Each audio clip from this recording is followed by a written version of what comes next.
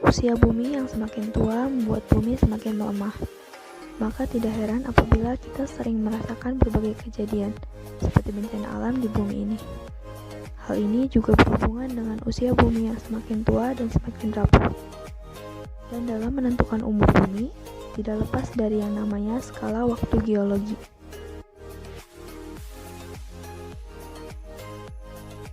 Yang jadi pertanyaan, apa sih skala geologi itu? Jadi, skala waktu geologi merupakan skala yang digunakan oleh para ahli geologi dan juga ilmuwan untuk menjelaskan hubungan keterkaitan antar peristiwa yang terjadi sepanjang sejarah bumi ini.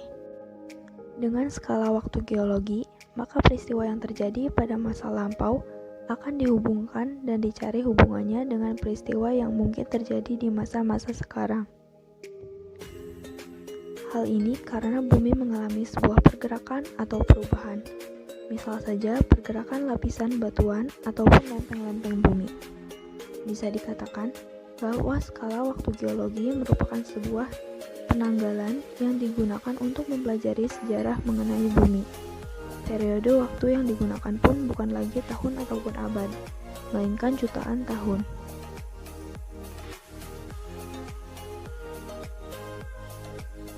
Pada umumnya, batuan yang mengandung fosil identik atau serupa diyakini hampir berumur sama. Di beberapa daerah di dunia, bagian-bagian batuan terbuka dengan fosil-fosil khasnya telah dipilih sebagai standar, yang darinya selang waktu geologi disebut skala waktu geologi diturunkan. Jika suatu dasar atau formasi batuan baru ditemukan dimanapun di dunia, para ahli stratigrafi atau ahli geologi yang menelaah lapisan batuan mencoba mencocokkan formasi batuan ini dengan salah satu dari bagian batuan standar tersebut.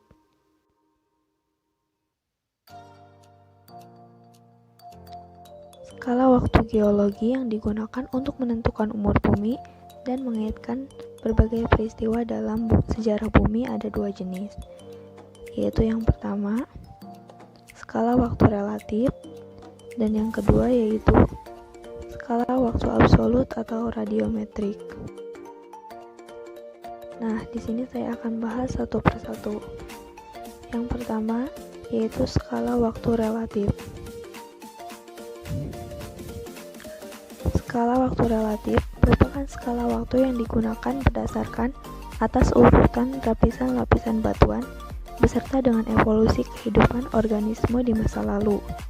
Skala ini terbentuk atas dasar peristiwa-peristiwa yang terjadi dalam perkembangan ilmu geologi itu sendiri.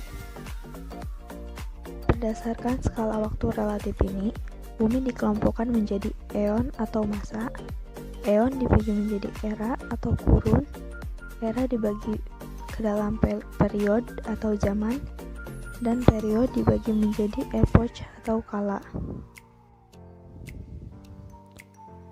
Dalam hal ini, fosil dari makhluk purba dipakai sebagai dasar skala waktu geologi.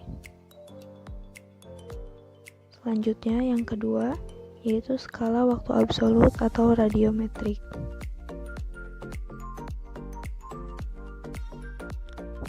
Skala waktu absolut atau radiometrik yang merupakan skala yang ditentukan berdasarkan pelarikan radioaktif dari unsur-unsur kimia yang terkandung dalam berbagai jenis-jenis batuan.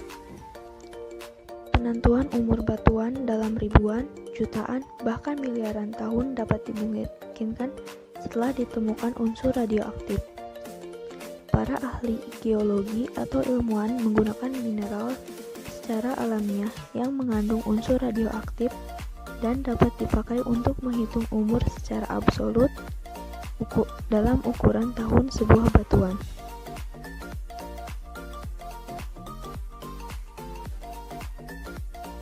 Jadi, berdasarkan jenis-jenis skalanya, ada dua cara menentukan umur bumi, yaitu yang pertama, dengan menggunakan fosil dari makhluk purba.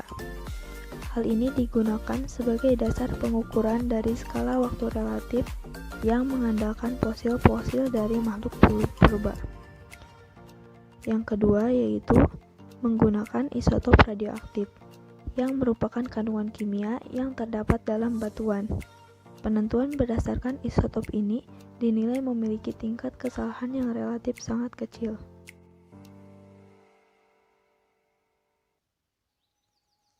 Selanjutnya yaitu pembagian waktu geologi. Waktu geologi dibagi menjadi beberapa interval. Unit-unit besarnya dari era, periode, dan zaman yang masing-masing dengan geografi, iklim, dan bentuk kehidupan khasnya. Terdapat juga berbagai subdivisi yang lainnya.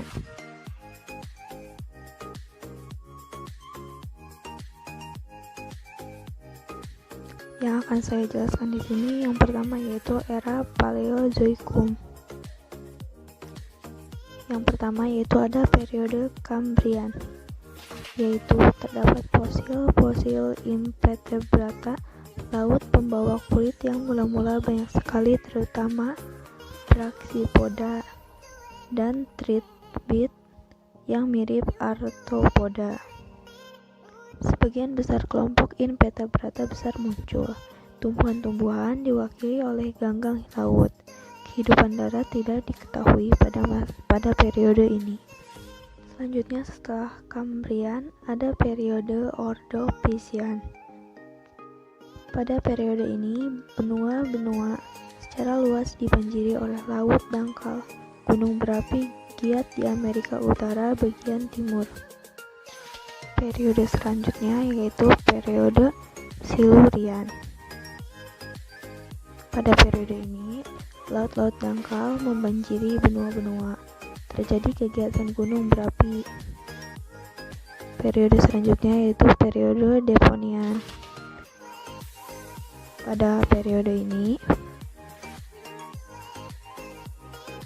terjadi gangguan akad di Amerika Utara bagian timur menjelang akhir periode.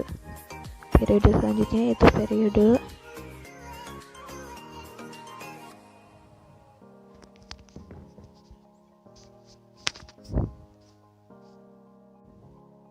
Mississippian. Pada periode ini, laut-laut dangkal menggenangi benua dari waktu ke waktu. Selanjutnya yaitu periode Pennsylvanian. Pada periode ini terdapat rawa-rawa yang terkubur oleh naiknya laut di atas daratan yang berulang-ulang, sehingga hutan-hutan kelak kemudian berubah menjadi dasar batu bara yang luas.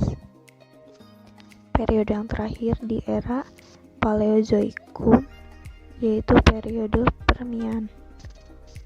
Di periode ini laut-laut menyurut, benua-benua mulai timbul. Terdapat juga kegiatan gunung berapi yang sangat luas.